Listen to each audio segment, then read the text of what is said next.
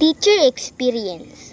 Ngayon ay kukwento ko ang naranasan ko sa aking teacher na lalaki.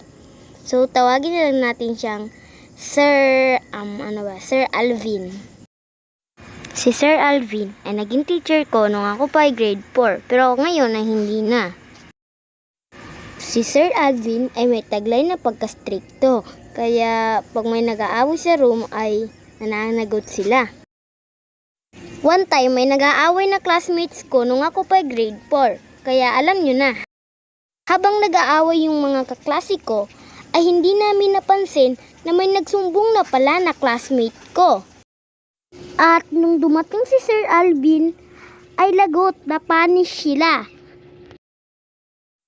Kaya ang ending is ayun, pinalo sila sa kamay.